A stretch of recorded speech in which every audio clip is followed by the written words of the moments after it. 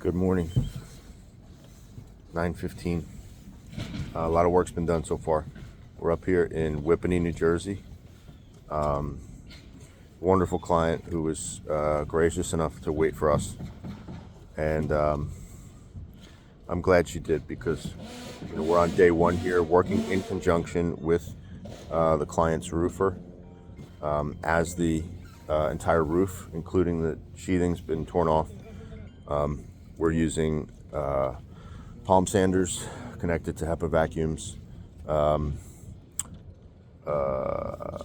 cleaning the top side of all the rafters prior to new sheathing being installed.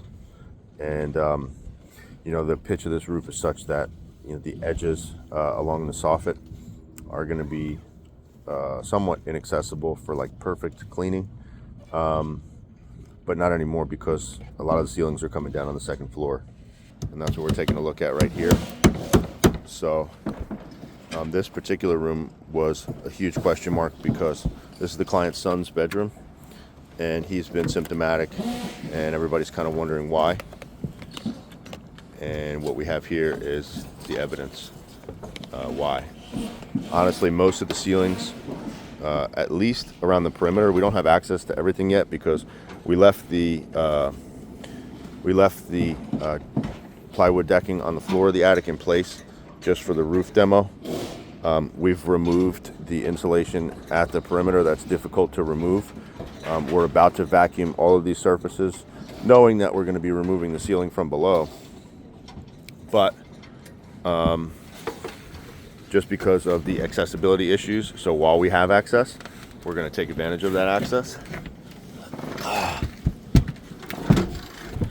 This is the back slope of the roof right here. Pulled all the nails, sanded all the top sides of the joists, and there's not as much obvious water damage back here. Some right here down in that corner. So I would say about half of the ceiling, and now we don't know everything yet. We only know what we can see with the that one section of insulation out. So when they get the new roof decking on, and there's not going to be any more debris falling in, we have a containment set up inside with positive pressure into the house while this work is happening, so that the house is pushing out and up against the work that's happening up here. So once the roof goes on, we'll get the decking up, the OSB,